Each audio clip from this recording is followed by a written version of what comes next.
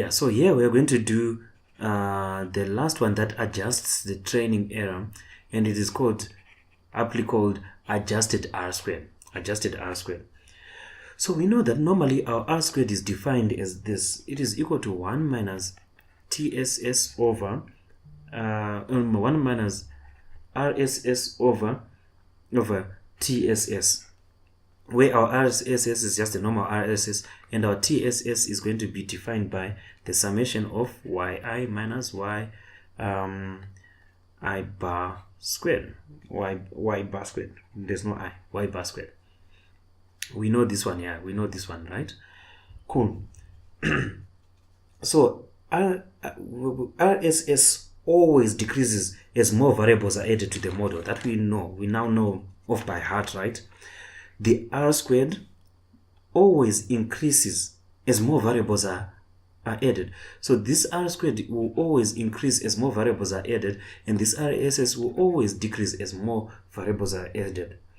For a least squares model with D variables, so for a least squares model with D variables, we have D variables, right? D variables. The adjusted R squared is given by that. Adjusted R squared, it is equal to 1 minus RSS n minus D minus 1 over TSS divided by n minus 1. That is the adjusted R squared. Adjusted R squared. One might ask, where do you use R squared? In other instances that I have seen, when people are building models, they'll build a model, let's say, that is 2 variables. But then now, let's say our data set is an additional variable is added to our data set. We just cannot use R squared straight to compare the two, whether we've made an improvement, because the other one is 2 variables, the other one is 3 variables. So we'll use adjusted R squared to do that. We'll use adjusted R squared to compare the two. The one we have a D of 2, the other one we have a D of 3, and then the RSS is just the RSS that is calculated on each one of them. The TSS is the TSS calculated on each one of them, and the N is the observations. So this one will allow us to compare models that have 2 different variables, just like the other ones that were there. I needed to emphasize the difference between normal R squared and this adjusted R squared. We emphasized it in a previous video, I remember, where we said the R squared normal, just the normal R squared that we do, it compares the performances of models that have equal number of variables. Adjusted R squared was in our step number 3, where we compare models with different number of variables. So adjusted R squared. So unlike our CP, AIC, and our BIC, for which a small value indicates a model with a low test error, here we are looking for a large adjusted R squared.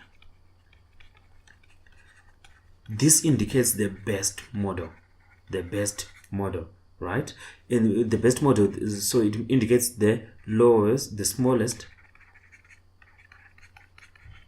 test error, I actually made a mistake here, because this is supposed to be divided. So your RSS is divided by this, and then your TSS is divided by that, right? Your TSS is divided by that. If you want to rewrite it, it's going to be 1 minus your RSS times n minus 1 divided by your TSS divided by multiplied by n minus d minus 1, right? Okay, let me rewrite it nicely so you can see why that statement should make sense. I'm going to write it in another color. So rewriting it, adjusted R squared can now be rewritten as 1 minus your RSS on top multiplied by n minus 1 divided by your TSS multiplied by n minus d minus 1, right? I just rewrote these divisions here.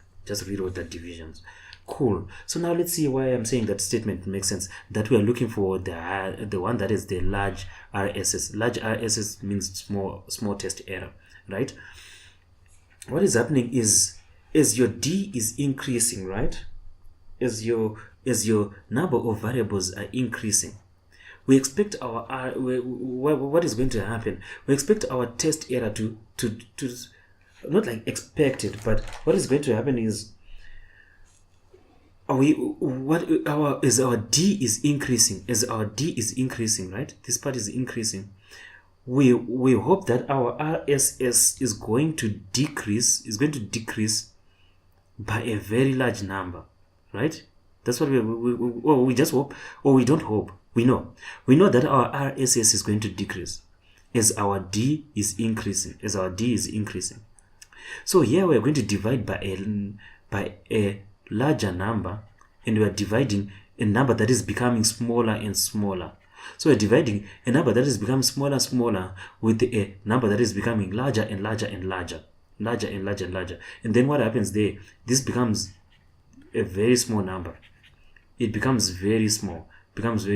So we're now doing 1 minus a very small number, right? A very small number. So as the RSS decreases, or this training error decreases, our adjusted R squared sort of like increases. And then we are led to a situation where we have a small test error. When we have a small test error, there are times where as the D keeps increasing, our RSS will not give us much decrease. Those are situations where we have, so like I would say in quotes, saturated or adjusted R squared.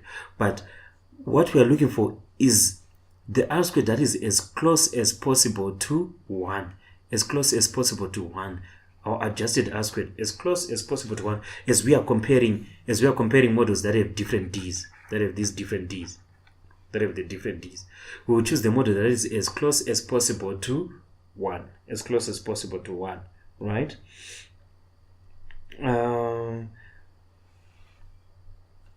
So yeah, that's basically what I wanted to emphasize. So we'll have a graph like this. So here it will be adjusted R squared, and here are the number of predictors. So our graph will be something like this,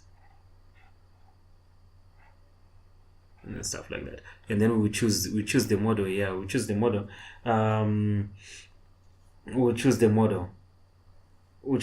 that is the best R squared.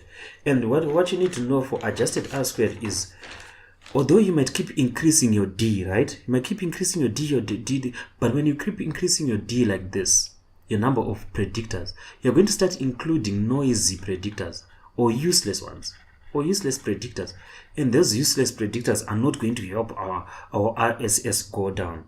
Adjusted R squared, it pays a price for including noisy variables, because the RSS doesn't decrease as fast as the denominator increases, right? And then that creates like complications. Let me see.